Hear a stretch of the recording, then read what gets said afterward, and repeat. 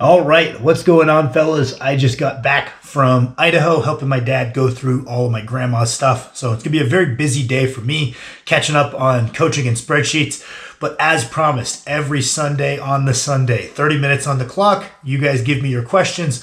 I will do my damnedest to give you answers that helps you with your strength training endeavors. I usually will favor towards longer answers for questions that are going to help a wider group of people, maybe a little bit shorter answers for something that's hyper specific to you. But we got 30 minutes on the clock. Let's get into it. First question is, I think in a recent video you talked about the various exercise slots you generally like to include for deadlift assistance work. A row, a knee flexion, a hip extension, and something for the midsection, if I recall correctly. That is correct. Would be interesting to hear what similar slots you generally look for to cover for squat, bench, overhead centric assistance work. So that's something I definitely would like to make a dedicated video for each of those, because the reason I put the deadlift ones out there is because those are pretty cut and dry. The amount of each one we do is probably going to vary based on the strengths and weaknesses of the athlete, but it's like a pretty cut and dry couple of general movement patterns in my head that I will work off of. Whereas there's a few more like if-then scenarios for squats, depending on the athlete's strength and weakness. If-then scenarios, for a bench press, usually we like some kind of antagonistic work.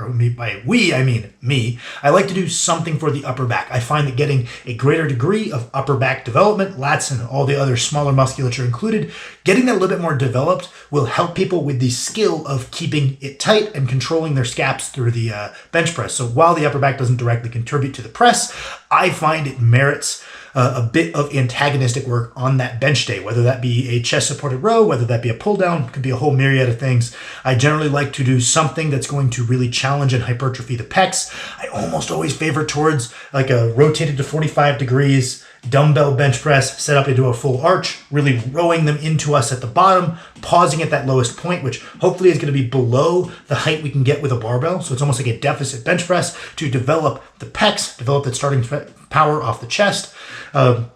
One extra movement would be something for the shoulders if that's something that's lagging. If someone really struggles to drive that bar back, that horizontal travel component of the bench press, I do like something like a close grip incline, a close grip bench. There's a whole lot of things we can do to get a little bit better at driving that bar back. And then the last thing is, as always, a bunch of extra elbow extension, because by the time we do all of these pressing movements, our pecs are probably pretty shot, our shoulders are pretty shot. Maybe we could do a little bit more, but it wouldn't be all that beneficial.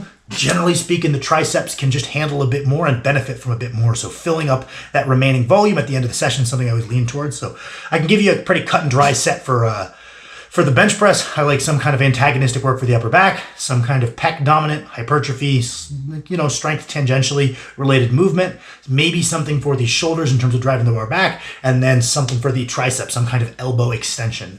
In terms of the overhead and the squat, I think it branches out and is a little bit more complex, so that might be something I break the whiteboard out for and make a dedicated video. Next one. You described well-structured programming like a battering ram. The further you pull back, the more momentum you create to smash a PR. Is there such a thing as pulling back the battering ram too far in your opinion? I.e. a lifter who's missed the forest for the trees and ends up racking up a ton of jump volume early in their training cycle, not contributing as much to the end result as they would hope. Yes, absolutely. So depending on the athlete, right? If someone's really, really good at repping out, let's say 60%, it might be that they pull back a little bit less far. So instead of thinking, okay, we're drawing back the battering ram, we're drawing back the bow and arrow, right? We're starting at 100%. We have to draw back from there to hopefully get some momentum to then take us to 101, 102%, something like that. If an athlete is very good at reps at a fixed percentage, we might draw back a little bit less far and accumulate our volume. Maybe we only draw back to 70%.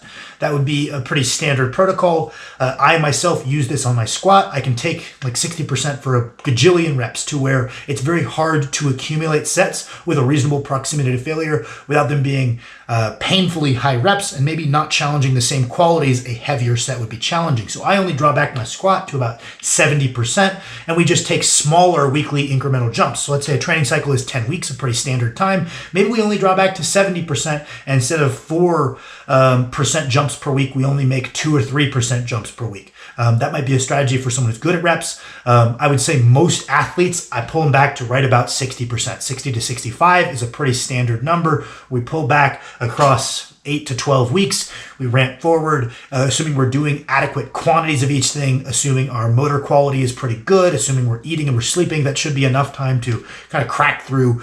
Some athletes can benefit from pulling past that 60, 65% range, right? A really extreme case that we can look at would be Hafthor Bjornsson in his preparation for his 501 kilo deadlift. If I remember from what Sebastian put up about it, they dialed back all the way to like 35, 40%. Now, there's a lot of caveats here that we need to understand. One is they are not programming off of his strength at the start. They are programming backwards from a goal. Right. And this programming backwards from a goal gets extra kind of choppy and a little bit more confusing and harder to directly apply when you realize that there's probably pretty copious amounts of PEDs involved giving this last minute push. Right. So we're not programming off of his strength at the beginning like we would for most lifters, not just natural lifters, but those who are not going absolutely crazy with their PED protocols. We're working off of how strong they truly are, not how strong we intend them to be at the end of this, right? So he's working off of that end number. So if we were actually taking his initial starting, let's say his max when he started his preparation, and we take his starting weight, that would actually be a higher percentage. And then the other thing they did is they used variations to make that low percentage more challenging. If I recall, they did snatch grip deficit pulls for like sets of 8 to make that lower percentage more challenging and just have this big ramp. Now, most people, that would probably be taken a little bit too far, in my opinion. We're getting away from challenging. Sometimes when we take a very lightweight and we rep it out or we use a variation, the thing that's going to be the limiting factor to rep out that variation might not be the same thing that's going to be a limiting factor when we load a very heavy weight on the bar and we're only doing 1, 2, 3 reps. So the more time we can spend working on that rate limiter of the heavier stuff, we don't want to lose the forest for the trees, as you said, and basically just dial it back to where we're training for completely different physical qualities, which is why I work off of that 60 to 65 range. I find that works quite well for most people. Though I have a few athletes I will pull all the way back to 55%. One of them even 50%. He's a bit older, so that first week is very much a deload to gain some momentum, train some work capacity, and also drop some fatigue from the prior training cycle. But I would say anywhere from 70 to 55, most people are going to be okay, probably hinging around that 60. But yes, absolutely. I've seen people think, I saw how much drawing it back can do for me.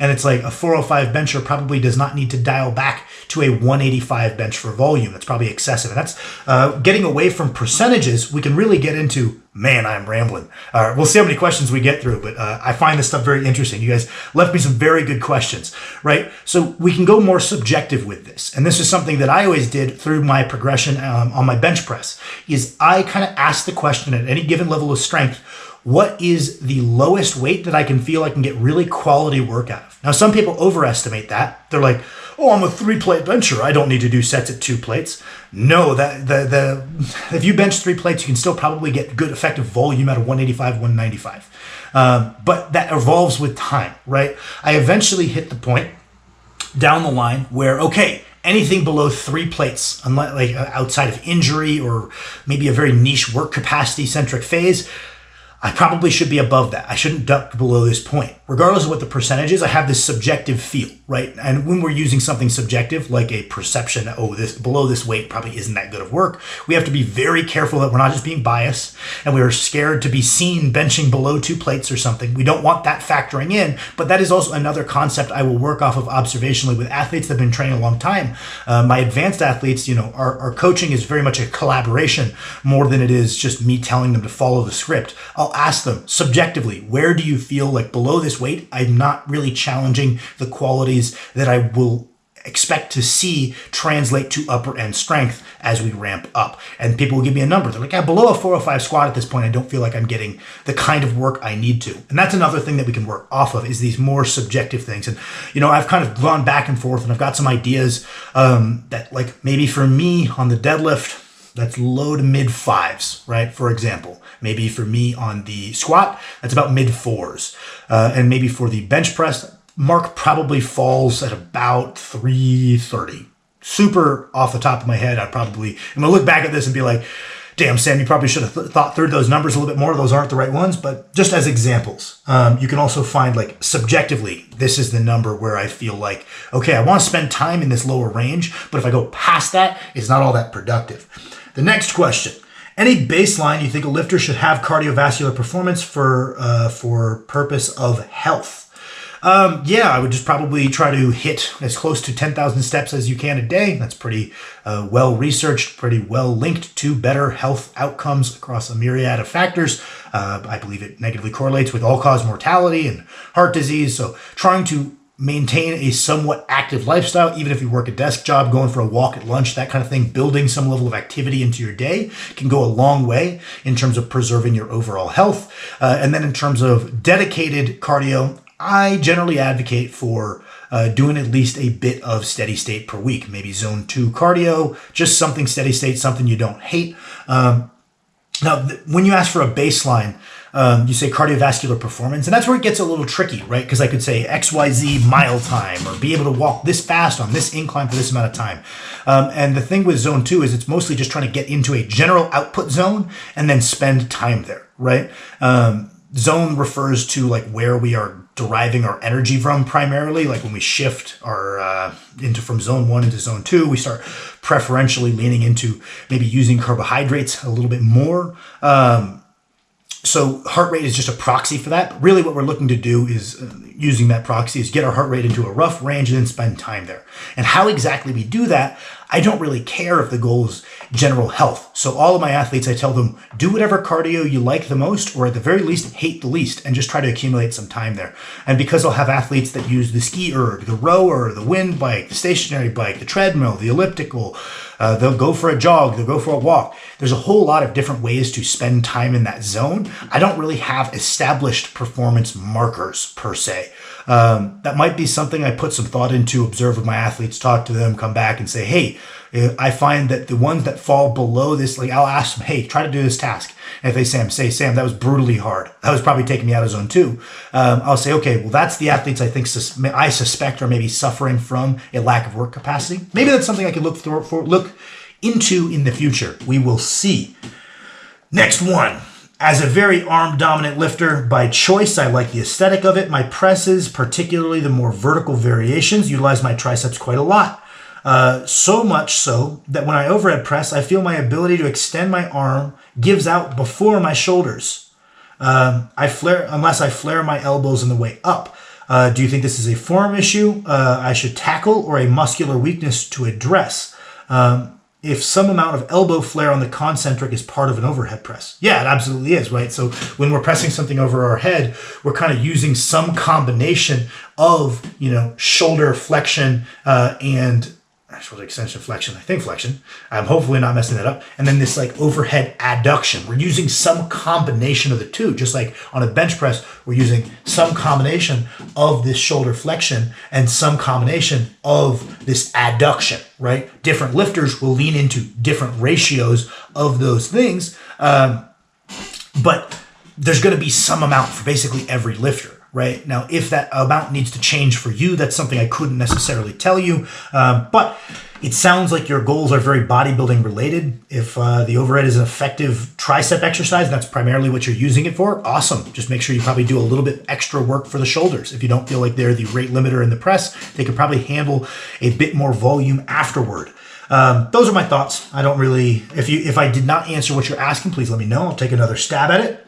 How important do you think it is to do a certain assistance exercise on a certain day of the week? For example, you talk a lot about doing antagonistic pulls every time you press. As long as the weekly volume is equated, would you be missing out on anything by doing these pulls on a day or two after you pressed? That's a super good question. Long story short, no, it doesn't matter. As long as they're in the weekly program, that's probably what matters. What gets done across a week after week, is probably going to inform what we do a lot more than what day each thing happens on. Now, you could get into a thing where, like the old Weider principle, that which happens first in the workout is higher prioritized. So if you need to bring something up, putting it on another day where it's earlier in the workout can be a very simple and effective way to prioritize it. The only thing you could be missing out on is some people feel their shoulders are very tight and a little bit junky the day after they do pressing, unless they do also their pulling work on that same day, and their shoulders will feel a little bit better that next day. But in terms of long-term shoulder health, if we speculate that antagonistic work is to some degree helpful for shoulder health, there's no real literature to support that yet, but practically speaking, there's a lot of people I respect with a lot of experience in coaching that lean towards at least some antagonistic work. If we're doing some for the front, it doesn't have to be 1-to-1. It doesn't have to be this exact ratio, but we should be doing something for the back. In the long term, no, as long as it's happening across the week, the only thing I could see there is subjectively your shoulders might feel a little bit better the next day if it was done in the same session for some people. And if you don't find that, no, it's totally personal preference, how you break that up across the week.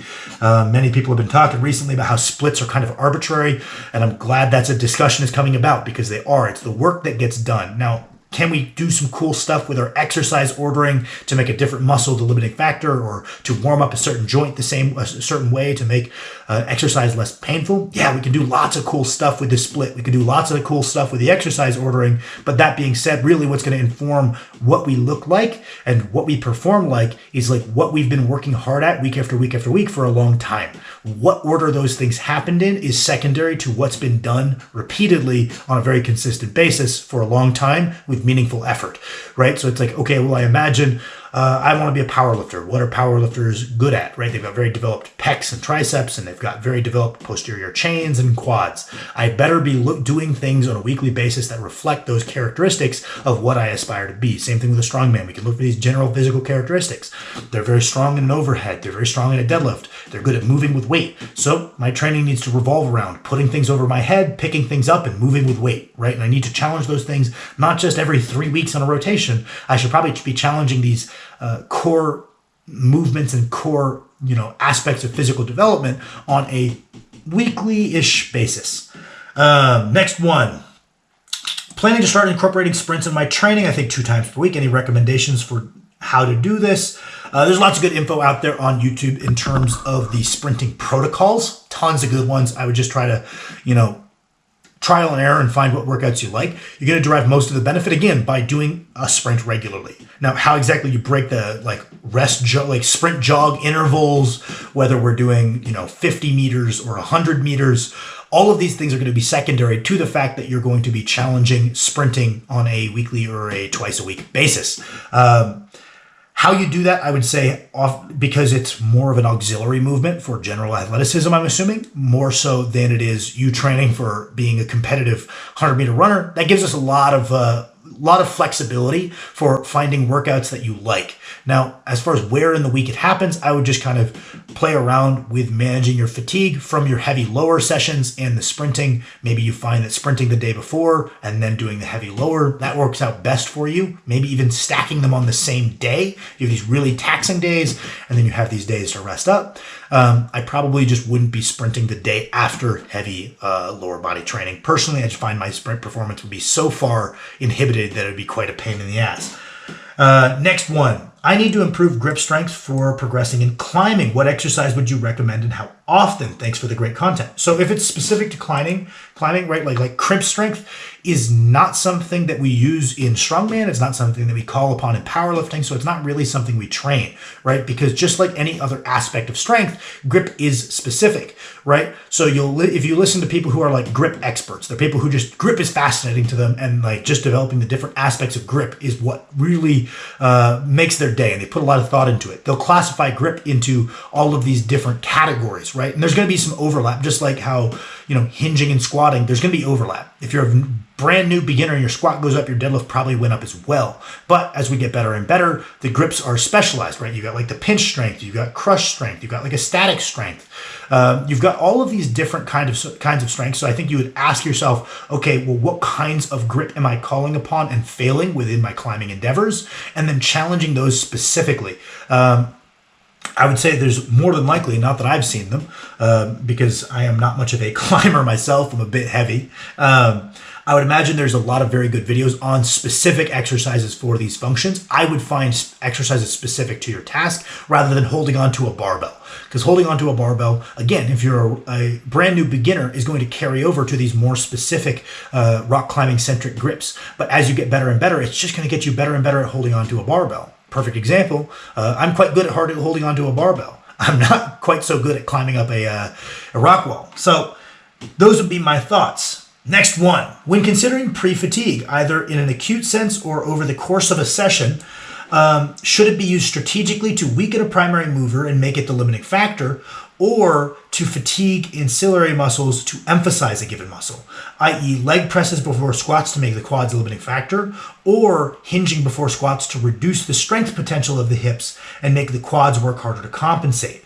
Is one more efficacious, or is it case by case? I would say it has to be kind of case by case, because there are bodybuilders and they're not just the dumb juiced up ones. There's also some smart juiced up ones that will use them either way, right? Part of this is going to hinge on your technical proficiency. If we use something rather complicated like a squat, right? If you take an athlete that is not very technically proficient and they're not very disciplined in their technique and they're not an experienced squatter, and you fatigue their quads, they're probably going to be more likely to over-rely on their posterior chain because they don't have the spatial awareness and the wherewithal to stay in the quads anyway, right? But you will see a lot of very, very good bodybuilders put squats at the end of their workout so they don't have to use as much weight. They do all these other exercises first, and this way they can get, like, even though they've got 33-inch legs, they can get good work out of a 3 to 4 plate squat. A lot of guys will orient their training that way, but that's also because they're very experienced in this mover. And even though the quads are fatigued, they can maintain this quad-centric movement pattern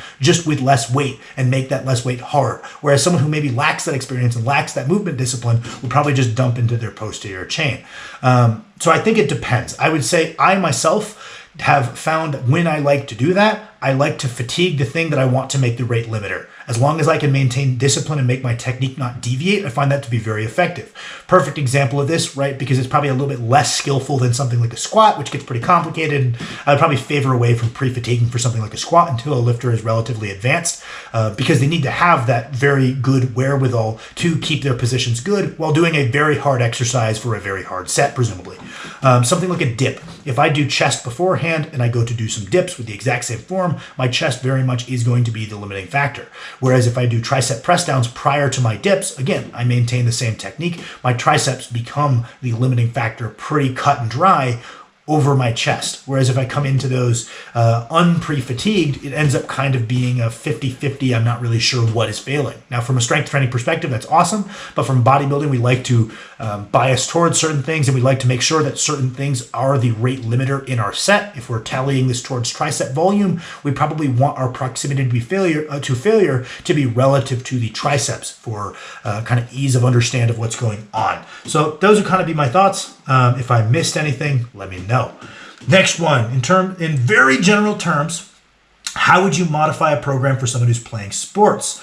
I know this would depend on many factors, but do you have any general tips or ideas? For example, do you prefer to keep intensity higher or decrease volume or vice versa? So I don't like pushing the volume too high, especially if we're in season, right? Because presumably, maybe if you're a high school level athlete, you're doing both as separate endeavors and you care equally about your progression in the gym and your performance in a sport. And that's going to skew things compared to someone who is doing the weight room to supplement their performance within the sport, right?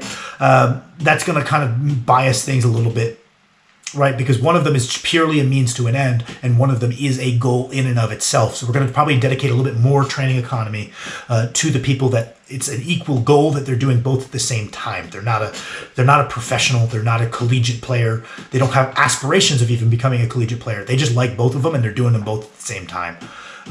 In terms of what we're doing, I don't like taking the volume crazy high. I look a little bit more towards a minimum effective volume to see the rate of progression we're looking for, rather than looking for what's the most we can do, because I find that'll mesh better with your practices. I find that will leave you performing badly in your sport-specific practices less often. And then usually what I used to like to do was put my hardest training session of the week around Tuesday, right? Assuming you're playing a game or you're doing something difficult every weekend, maybe every Saturday, so around Tuesday is a great spot to put your difficult efforts because it gives you 2 days after your, let's say your game, let's say you play games on Saturdays.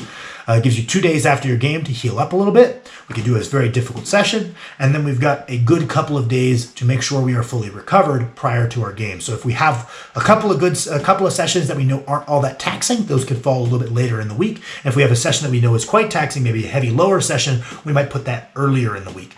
Past that, it's just trial and error. Okay, I'm probably not a very super high level strength athlete, or I'm probably not a super high level recreational bodybuilder.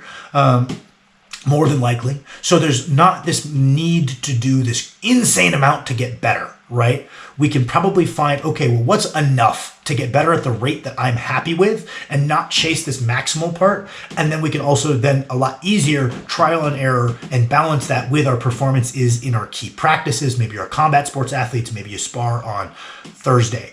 Well, we better be moving our heaviest, most taxing sessions a little bit away from that, right? So that way we can do these two things effectively without one significantly inhibiting the high priority sessions. That's another thing, just a general tip, kind of denoting high and low priority training sessions for each of your endeavors, and then kind of moving them around accordingly to make sure high priority does not clash with high priority.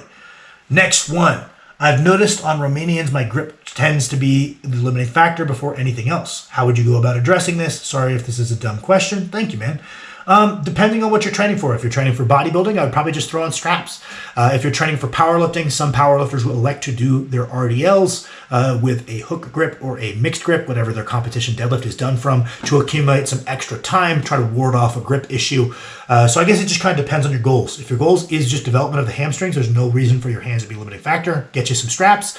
If you are doing them for carryover to a strapped deadlift, wear straps. If you're doing them for carryover to a bare hand deadlift, maybe do them bare hand and continue doing so to continue developing your grip from whatever competition grip you use. And the other thing you can do is you could maybe even do 1 set bare hand, 1 set strapped, or 2 sets strapped, 1 set bare hand. That way we're still challenging the grip if it is a relative concern for you. Next one, do you think a cardio routine will interrupt strength gains even for a beginner? I need to lose fat, but also want to gain some strength. Hope I can do both because I'm weaker than Musk I'm weaker than a Musk Zuckerberg matchup. By the way, I got the Zuck. I think he takes it. I saw his Brazilian Jiu-Jitsu tournament. He's not good, but I think he's taking it if they fight. Yeah, no, they'll be totally fine. As long as you bump your calories to account for the the increased energy expenditure. I find that the interference effect is something that people probably over worry about. I only find the interference effect really starts to get in the way when we start pursuing very high levels of endurance performance, right? Striking a balance between trying to train for strength at the highest level and endurance at the highest level. Yeah, we're going to start seeing some major interference. But when we are looking at lower goals in terms of endurance, just like how if a endurance runner told me, oh, I'm looking to get into some strength training, I just want to bench 185, right? I would say, okay, absolutely. That is a level of strength that I don't expect the interference effect to be much of an issue. You can absolutely do that. Much the same if we're just trying to get in pretty good shape, expend some extra calories per day.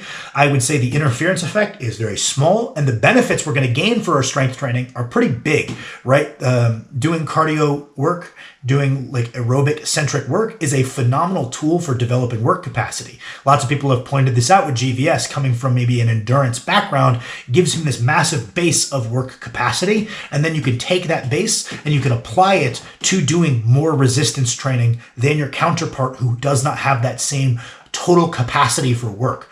I find that if a beginner does a bit of cardio, their work capacity skyrockets because it's not very good to begin with and easy. Just like how we make beginner gains in strength, you make beginner gains in endurance performance metrics. You just get your beginner gains. You don't necessarily have to push that far past that, but get up those beginner gains and maintain it, right? And you're going to be able to do a lot more of the things in the gym that are going to translate to the strength goals. So the ability to do more effective work and recover from more effective work absolutely is going to outweigh the relatively small interference effect. As long as we make up for those calories, I would say it's not just not going to get in the way, I would say it's actively going to benefit you.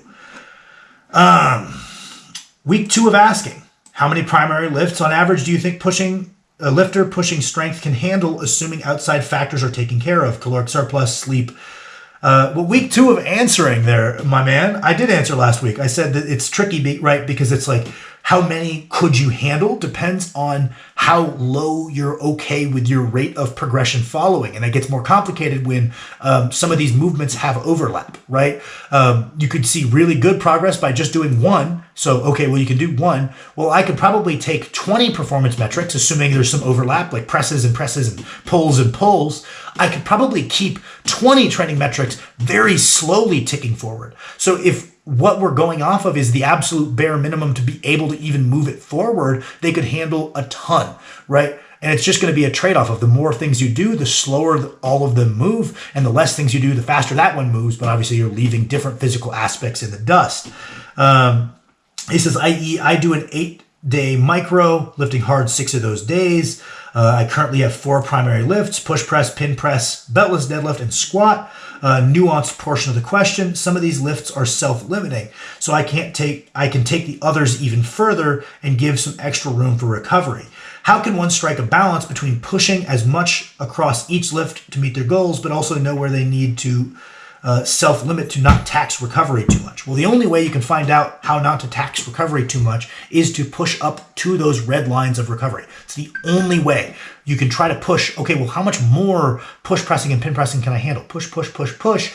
Okay, I'm starting to run into chronic recovery issues here, whether it's at a muscular level, whether it's at a joint level, right? The only way to find out how much self-limiting variation you need is to overdo it like periodically and test your upper limits, right? I think that lots of people here on YouTube, my timers went off, but we'll do a couple more because why not? Lots of people here on YouTube are big on self-limiting variations because advanced athletes do them. But just like Paris says, if you can't, well, I don't know what his number is, but if you can't bench press, I don't know, you might say 225, 275. Don't do Larson, just do more benching. Let's establish that fundamental skill. You don't need to do a self-limiting variation because the raw magnitude of fatigue you're deriving from the absolute loads you're moving is not that high. We don't need to manage away fatigue. You probably benefit from touching the slightly more weight more often. So I think people will see advanced athletes lean into self-limiting variations quite frequently, and they'll start throwing it in themselves when they don't yet benefit from it. They don't have a need for it. So the only way to know if you need to use a self-limiting variation is to run the unself-limited lift up to a frequency, up to a volume where you're like, okay, yeah, I've overdone it. I need to dial back. I need to select a self-limiting variation. There's no way to know other than to push up to those upper limits. Let's see. God damn, lots of good questions this week. So this is tough. I don't want to cut off because there's so many good ones. Shoulders are popping during weighted dips and chin-ups. I warm up properly, but I still experience the pop, although I'm not having any pain in my joints. Is there any recommendation? No, absence of pain, popping probably doesn't mean anything. You can look that up. My understanding is it's just gas moving within the shoulder capsule. I don't think it means anything bad inherently. That is my understanding, though I am not a medical professional, so I'm probably wrong. I train weighted pull-ups as a main movement, but I've been having major grip issues to the point where I have a solid 1 to 2 reps left in the tank when my grip fails. I added towel pull-ups, which I went from being able to do 4 to a solid 14 reps while doubling the towel up. I didn't see much carryover to bar pull-ups. Please help. Again, this kind of ties back to grip is specific, right? If you want to get better at hanging from the pull-up bar, I would probably add in sets of weighted hangs or timed bodyweight hangs or single arm hangs from the bar itself. Again, because grip is specific. Holding onto a towel gets you better at holding onto a towel, and it bleeds over into other tasks for sure. But if we have a very concrete task that we want to get our grip better for, we want to make sure our grip work mirrors that task. Next one. Does eating more calories but expending more calories affect performance versus eating less calories and expending less? Assuming both options would result in the same amount of calories after being expended, right? So he's saying, let's say you're eating at caloric maintenance by eating more and moving more versus someone who's also eating at maintenance, eating less and moving less. I favor towards the more all day. You have more because you've eaten more volume of food. Yeah, you're burning through your calories, but you have way more total amount of micronutrients to work with. You also are deriving all of the benefits in terms of your recovery and your work capacity that being someone that moves more during the day gets. I always favor through someone who can push through more food. If we could make maintenance 3,000 instead of 2,000, usually that lifter will be stronger. And I observe this pretty routinely with my athletes. The ones who maintain at a higher caloric intake are usually the ones that are seeing better progress. Usually this is because they have a more active lifestyle and then are eating to account for that. But yeah, those would be my thoughts. How many grams of carbs do you usually have running in your system before a workout? I may feel like I may be overdoing it with 300 to 450 before each workout. That just depends on where you're training in the day. I mean, if you're training last thing at night, whatever your total calorie or whatever your total carbs are for the day is going to be pretty close to what you're having before your workout. I would say that's largely just personal preference. Some people find that later in the day, once they've consumed more carbs, they perform meaningfully better, so they push their training later in the day if their schedule allows. Some people feel bogged down and they only want to eat one meal and then go train so they can feel a little bit more energetic and they put more effort in and they can acclimate to training a little bit earlier, which also prepares you for competitions well, because lots of guys that really are comfortable training at 6 p.m., 7 p.m. with a full belly, well hydrated, move throughout the day, they go to show up in a contest, and most contests start at 9 in the morning and they're like, oh, I'm so weak. Well, maybe on the weekend when you don't have work, you should practice being able to perform well at 9 p.m. Find the tips and tricks of what you have to eat for breakfast, how to hydrate quickly. Maybe that's something we should challenge. Unrelated.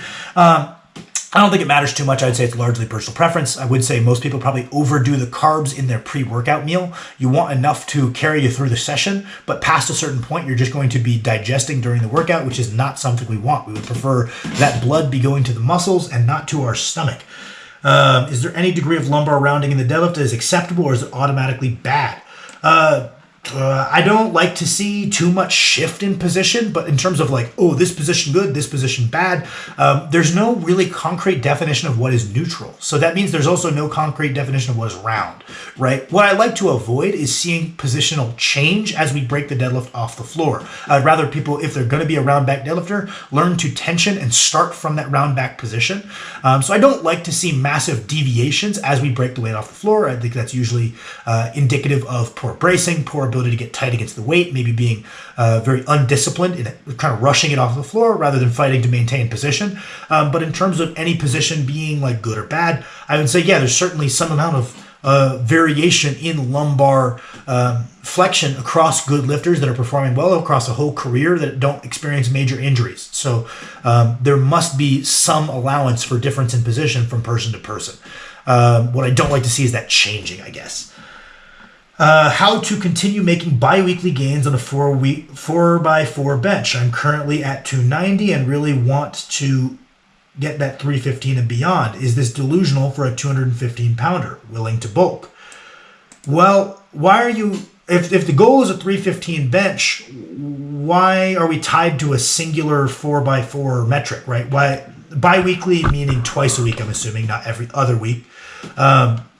Why not do more volume on the secondary session, right? Maybe on, let's say, Monday, we hit a 4x4, a heavier day. And then on Thursday, we hit more of a volume day, kind of go into more of a daily undulated approach, right? Where, okay, we've got a little bit more strength-focused qualities that we're looking for on session A, and a little bit more hypertrophy-focused session, like qualities on session B, and linear progress those week to week. That probably might work a little bit better for you. How can you continue making bi-weekly gains on a fixed program? The only thing you could do is bulk. So it's good that you're willing to, but if you're going to be forcing, the square peg into the round hole, yeah, you could just eat a ton of calories, and you probably could continue doing that. If you got into a big enough caloric surplus, it'll work. But why are we saying that we have to stick to this program? So I'd probably look at doing a second day with more volume. Why is it that triceps are a limiting factor in pressing movements, but biceps are never a limiting factor in pulling movements? That's not true. My pull-ups are definitely limited by my bicep strength.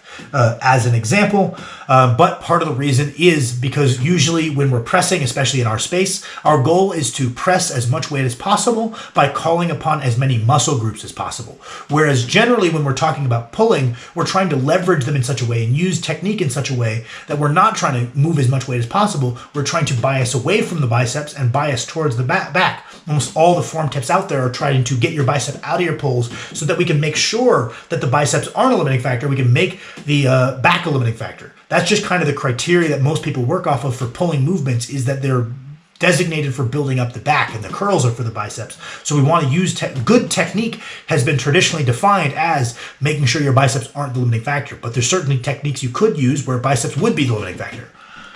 All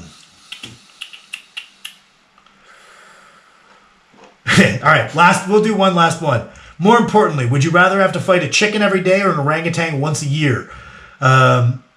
Let's say it's a normal but angry orangutan and normal but angry chickens. I'm taking the chickens. As long as I take care of myself, I do my work to make sure I don't get an infection from the repeated small injuries the chickens will probably cause me. As long as I'm working to make sure that I don't get like a spiraling infection where I'm showing up in worse and worse condition to the chicken fights, I think I could probably get a strat down, make it pretty efficient.